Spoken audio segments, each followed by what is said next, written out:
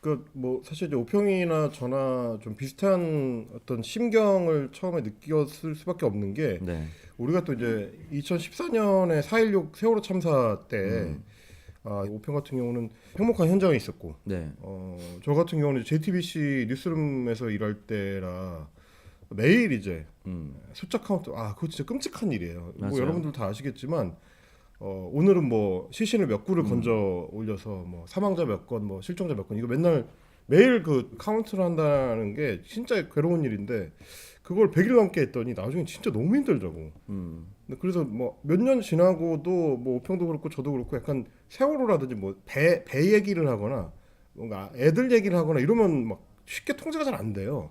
그게 아마 일종의 이제 트라우마일 텐데 이번에도 그게 제일 힘들었어요. 그 20대 중반 그리고 30대에 걸쳐 있는 그 세대가 딱 8년 전에 중고등학생이었던 세대들이랑 거의 너무 겹치니까 학생 때 수학여행 가다가 친구들 죽는 걸 봤는데 또 축제 갔다가 자기 또래 친구들이 죽거나 친구가 죽거나 혹은 뭐 내가 그렇게 될 수도 있었던 상황에 처하거나 이런 게 야, 이제 대한민국이 그 세대의 사람들한테 이제 너무 한다 정말 그런 생각이 좀 들었어요.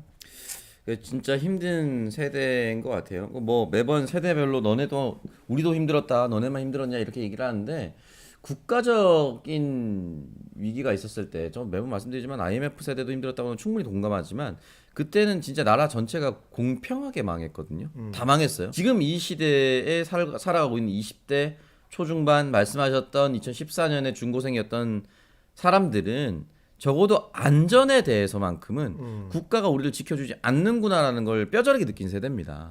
IMF는 경제적 위기로 인해서 경제적 타격을 받았지만 세월호와 지금 이태원 참사 같은 경우는 안전에 대한 직결적인 문제거든요. 이 부분에 있어서는 뭐 누가 경제에 실패했다, 그러니까 이거를 뭐 막지 못했다라기보다는 막을 수 있었던 내용들이거든요. 그러니까 그렇기 때문에 더 그 세대에 대한 상실감이 크지 않을까. 그러면은 당연히 정치라든지 뭐 공권력에 대한 불신이 더 커질 수밖에 없습니다.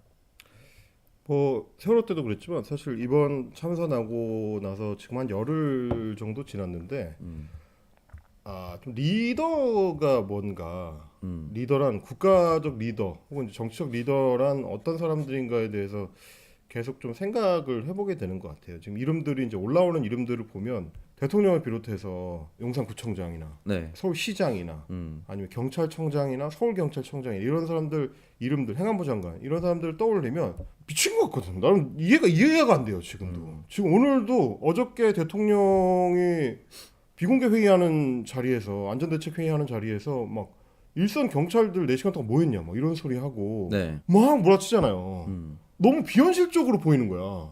아니 미친 거 아니야? 아니 뭐 자기가 지금 국정 총책임자인데 나와가지고 지금 그때 현장 조치했었던 파출소의 경찰관들이나 사실 용산 경찰서장도 대통령 입장에서 봤을 때는 그냥 까마득한 직원이에요 말하자면. 근데 그 사람들이 막 뭐라 그러면서 마치 자기가 그렇게 평가할 자리에 있는 사람인 것처럼 구는데 너무 황당한 거야. 아니 미쳤나? 이게 지금 가능하고 합당한 처사라고 생각하나? 대통령실 새끼들은 다 돌아가지고 저거를 녹음하고 영상을 찍어가지고 이걸 공개를 해? 제정신인가? 야 그런 생각이 드는 거예요. 그 지금 결국은 어제, 그러니까 이번 주 들어서 기류가 완전히 바뀌었던 것이, 그러니까 경찰의 책임을 몰빵을 해놓고 나서 자기는 뒤로 완전히 앉아 있겠다는 거 아니겠어요? 그렇죠. 예, 단 한 사람이 나의 잘못으로 내 책임이 가장 크다라고 얘기한 사람이 없습니다. 그러니까 다 그 경찰을 지휘할 수 있는, 관리 감독할 수 있는 급에 있는 사람들은 다 경찰만 얘기하고 있어요. 특히 박희영 구청장 같은 경우는 공식 행사가 있어서 이태원을 비웠다, 뭐 용산구를 비웠다라고 얘기를 했는데 공식 행사가 아니고 가족 행사인 것으로 계속해서 드러나고 있는 거. 그러니까 결국은 이 참사 기간에 거짓말을 먼저 하고 있다는 거죠. 거짓말을 먼저 하고 있다는 것이 또 하나 드러났고, 보고 체계를 경찰이나 소방이 아니라 자신에게 공천을 주는데 결정적인 역할을 했었던 권영세한테 가장 먼저 통일부 장관한테 보고를 했었다라는 거, 이런 것들이라든지 뭐 순찰했다고 했는데 그게 아마 CCTV로 확인해 보니까 집을 돌아오는 길에 걸어가는 그 시간을 체크를 해서 뭐 순찰을 돌았다라고 얘기를 했다든지, 뭐 이태원 경찰, 그리고 뭐 용산 경찰서장, 서울 경찰청장, 그리고 그냥 경찰청장, 그리고 행안부 장관과 총리까지 어느 하나 제대로 책임을 지려고 하는 자세가 없습니다. 경찰청장은 또 그 참사 애도 기간 중에 카카오톡 프로필 사진을 한 3번이나 바꾸면서 벼랑 끝에서 손을 놓아야 된다 뭐 이런 식으로 글을 써놨다면서요. 이게 뭐 하는 짓거리인지 모르겠어요. 이 와중에 카카오톡 프로필 사진을 바꿔요? 그걸 3번이나 바꿨다는 거예요. 제정신이니까 그래서 진짜. 난 생각이 있는지 없는지 알 수가 없습니다. 아니 지금 그걸 바꿀 생각이 들어요? 그러니까요. 아니 뭐야 지난번에 그랬잖아 걔네가 뭐 이재명 대표가 뭐 대선 지고 나서 주식 산 거 가지고 막 지금 국민들이 슬퍼하고 있는데 거기서 자기 주식 살 정신이야. 아니 지금 당장 수사가 진행 중인 상황인데 경찰청장이 자기 카카오톡 프로필 사진을 바꿀 생각이 들어요? 그러니까요. 그래서 카카오톡 프로필 사진을 바꿀 정도면은 결국 프로필 사진은 내가 설정하는 것이기도 하지만 타인이 내 프로필을 찍었을 때 보여주기 위한 용도기도 하거든요. 미쳤나 봐. 근데 그 애도 기간 중에 다른 사람이 내 프로필을 어떻게 볼지를 고민하고 있었다는 거 아니겠어요? 이거는 진짜 정상인의 사고 방식으로 가능한 것인가라는 생각이 들더라고요. 만약에 저는 진짜 이런 극단적인 비유를 너무도 싫어하지만 그 참사 현장에 내 아들과 내 딸이 있었다면 그 짓거리 못 합니다. 어떻게 그런 일을 할 수가 있을까? 또 저는 참사 기간에 있었던 그 김백겸 경사 눈물을 흘리면서 지금 사람이 죽어가고 있다고 이쪽으로 오지 말라고 얘기를 했었던 그 경사가 혹시나 진급에서 누락이 되거나 경찰 사회에서 따돌림 받을까봐 너무 걱정됩니다. 지금은 우리가 숨은 영웅이라고 얘기하고 인터뷰하고 BBC랑도 인터뷰했죠. KBS에도 인터뷰를 했던 걸로 알고 있습니다. 근데 야 지금 경찰 다 욕처먹고 있는데 너만 뭐 영웅 대접받고 있어? 이렇게 될까봐. 아니면 왜냐면 모든 일선의 경찰들은 그렇게 행동을 하는 게 맞고요. 그렇게 행동을 하도록 누군가 명령을 내려야 됩니다. 명령을 내린 사람이 그렇게 하지 않았는데 일선에서 그렇게 자기 목숨 걸면서 왔다 갔다 하면서 나 아무것도 못했다고 눈물 흘리는 이 사람이 조직 내에서는 따돌림 받을 수도 있다. 저는 그런 거 너무 많이 봤거든요. 이 나라의 공권력이 혼자만 빛을 조명을 받는 사람들한테 얼마나 가혹하게 대하는지 똑같아요. 지금도 마찬가지로 돌아갈 가능성이 높다. 그래서 경찰의 현장에 나갔던 경찰 여러분 저 다 욕하는 게 아니에요. 책임을 져야 하는 사람, 명령권이 있는 사람, 현장에 지휘 통솔을 해야 되는 이 사람, 이 몇몇 사람들은 책임을 져야 되는 것이고 현장에 아주 적게나마 인원이 배치됐던 그 경찰들은 정말 최선을 다했습니다. 그 사람들까지 욕하는 것이 아니에요. 여기서 한번 이제 정리를 해봐야 되는 것 같아요. 지금 이제 워낙 이제 지난주 동안에 많은 보도들이 쏟아지고 최근에는 또 이제 경찰 내부 발로 해가지고 막 CCTV 공개되고 이제 이러니까 네. 워낙에 좀 정신없이 돌아가는데 그러다 보니까 약간 이게 또 끌려가요. 네. 이슈 프레임 씌우는 거에 따라서 왜냐면 대통령이 지금 어저께 요이 땅 했잖아요. 그러면 오늘부터 이제 일선 경찰들 조직이 시작하는 거야. 112 대처 왜 안 됐냐, 뭐 이거 어쨌냐 저쨌냐 해서 용산 경찰서 이하로 조질 건데 우리는 그 위를 좀 정리를 해볼 필요가 있는 거죠.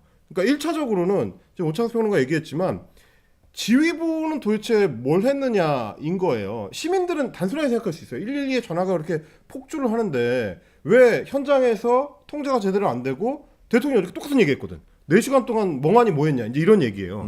근데 공권력이라는 거는 멍하니 뭐 할 수 있는 순간이 생길 수밖에 없어. 지휘를 못 받으면 이런 겁니다. 그러니까 뭐 대통령 어저께 뭐라 그러냐면 137명이 투입이 됐는데 그 사람들이 다 그냥 적극적으로 행정을 했으면 도로 차선 통제도 하고 이렇게 할 수 있지 않았겠느냐. 근데 거기서 자꾸 말을 흐려버리는 거예요. 137명 중에서 79명이 마약 수사 단속하려고 형사과에서 파견된 사람들인데 그 사람들이 사복 입고 무슨 통제를 어떻게 해요? 그걸 하려면 지휘부에서 통제를 해줘야지, 내려줘야지. 근데 112에서 신고가 들어가면 그게 112 상황실에 모여서 그거를 상황실장이 용산경찰서장이나 혹은 서울경찰청장한테 보고가 되고 그거를 확인한 지휘부가 판단해가지고 지금 경찰 기동대가 광화문에도 나가 있고 서초구에 사저 앞에도 나가 있고 뭐 한남동 공간에도 나가 있으니까 그 기동대를 일부 빼서 이거는 이태원에 추가 배치를 해가지고 교통통제나 뭐 차선 통제나 아니면 인원 통제를 시킨다. 그럼 너는 임무가 뭐다? 어디 가서 뭐 통제해라. 이게 쭉쭉쭉 내려와야 이게 시작이 되는 거예요. 네. 근데 그때 용산 경찰서장 어디 있었느냐? 삼각지역에 있었어요. 용산 그 대통령 집무실 앞에서 그 시위 막는다고 집회 막는다고 그러다가 8시 반에 집회 끝나니까 밥 먹으러 갔습니다. 퇴근한 거죠. 그리고 서울경찰청장도 역시 마찬가지로 그것만 신경 쓰고 집회만 신경 쓰고 있다가 8시 반에 상황 끝났다 그러니까 집에 갔어요. 대치동 집에. 나중에 11시 넘어가지고 보고를 받았어. 경찰청장은 심지어 그날 서울에 있지도 않았어요. 저 뭐 자기 고향 제천 거기 가가지고 등산한 다음에 내려와가지고 한잔 하고 캠핑장에서 잤어요. 아니 이런데 어떻게 현장에서 어떻게 조치를 해? 사람이 없는데 어디로 가야 될지를 모르는데 CCTV를 보면서 어디가 지금 문제니까 인원 배치를 몇 명 빼가지고 저쪽으로 보내라 이걸 해줘야 될 거 아니야. 네. 그게 안 되는데 현장에서 어떻게 조치를 해요? 대통령이 이런 얘기를 해줘야 되는데 나와가지고 현장에서 뭐 했냐고 하면은 말이 되나고 이게 파출소에 아니 거기 나갈 수 있는 사람 20명밖에 안 되는데 20명 나가서 뭘 어떻게 해요? 전체적으로 조망도 못 하는데 무슨 용산 경찰서장의 사람 와가지고 이태원 파출소에서 거기 해밀턴 호텔 뒤쪽에 보이지도 않는데 옥상에 올라가서 뭔 지휘를 한다고 이게 뭐야 이게 그래놓고 왜 대통령은 오만 일선 경찰을 조지냐고. 그리고 이태원 경찰서에도 인원을 다 뺄 수가 없어요. 민원 전화 당연히 받아야 되고요. 그 민원만 있는 게 아니잖아. 네, 또 만약에 예를 들어서 뭐 축제 같은 경우에는 또 싸움이 발생할 수도 있고 그러니까 누군가 경찰서로 파출소로 온단 말이죠. 그럼 그 인원을 관리해야 되는 최소 인원이 있어야 됩니다. 그러니까 이게 전체적으로 이태원이란 이 큰 바닥과 이 수많은 축제 인파가 오는 이 상황에서 모든 지역이 최소 인원만 있었어요. 최소 인원만. 최대 인원을 동원해서 아무런 문제가 없도록 아무런 문제가 없도록 해야 되는데 다 최소 인원만 있습니다. 왜냐? 딴 데 보내냐. 네, 딴 데 보내야 되니까. 그러다 보니까 최소 인원이 사실은 지켜보고 있는 거 말고는 할 수 있는 게 없었어요, 현장에서. 아, 진짜. 그러니까 문제가 발생했었다. 그래서 늘 문제는 발생을 하고 난 뒤에 이게 그동안 했던 게 맞았다라는 게 드러나는 거예요. 이거 뭐 조금 그동안 사람 왜 이렇게 많이 썼어? 문제도 발생하지 않았는데 해서 빼는 순간 문제가 발생하는 거예요. 그렇지. 그러니까 이게 그동안 대통령이 말했었던 크라우드 매니지먼트가 충분히 활용이 되면서 유지가 되어 오고 있었던 겁니다. 지금 새로 만들 필요가 없고요. 그냥 필요 없이 그냥 똑같은 사안에 대해서 작년처럼만 했어도 올해 이참 사안은 없었습니다. 보수 정권, 특히 한국 보수 정권이 들어오면은 안전사고, 초대형 사고가 자꾸 일어나요. 네. 이유가 있어. 이게 그냥 우연이다 혹은 뭐 사고다라고 하는 게 이 소위 우익 정부들의 세월호 때부터 레퍼토리거든요. 이건 그냥 교통사고다. 어쩔 수 없었다. 이상민 장관이 처음에 뭐라 그랬어요? 이거는 경찰력이나 소방력 투입했다고 해서 막을 수 있었던 게 아니다. 그럼 뭐야? 어쩔 수 없다는 거야. 마치 자연재해처럼 그냥 일어나는 거고 그냥 우리가 그 타이밍에 정권을 잡을 수 있을 뿐이다. 우리는 그냥 운이 없는 거다. 맨날 얘기하던 거예요. 얘네들이. 박근혜 때도 얘기하고 이명박 때도 얘기하고 지금도 얘기해요. 근데 그게 아니라 사고와 안전 상황에 대해서 얼마만큼 신경을 많이 쓰느냐. 집행자들이. 지휘권을 갖고 있는 사람들이 그래서 가이드라인을 어디에 초점을 두고 있느냐에 따라서 공권력을 맞춰서 움직이는 거예요. 김강호 서울경찰청장이 어저께 뭐라 그랬어요? 국회 나와가지고 우리가 마약에 신경 많이 쓴 거 맞다. 그러면 일선 경찰들은 당연히 마약 쪽에 초점을 맞추는 거야. 인력을 더 많이 투여하고 서울경찰청장 신경 쓰라고 하니까 원래 15명 투입하려고 했던 게 50명이 된 거 아니에요. 추가 투입이. 이유가 그렇게 돌아가요. 그러니까 안전에 대한 개념이나 예산을 거기에 집중할 만한 유인이 없으니까 중대재해처벌법을 만들어두면 뭐해. 그거 적용 안 하려고 하는데 대통령이 그걸 고치겠다고 하는데 행정안전부 장관한테 가서 혹은 뭐 기재부 장관한테 가서 이거 기업활동 위축시키기 하지 말라고 하는데 그러면 일선에서 안전에 신경을 쓰겠어요? 안 쓰지. 그러니까 사고가 나는 거예요. 예산 편성할 때 후순위를 밀려요. 그러니까 사고가 나는 거야.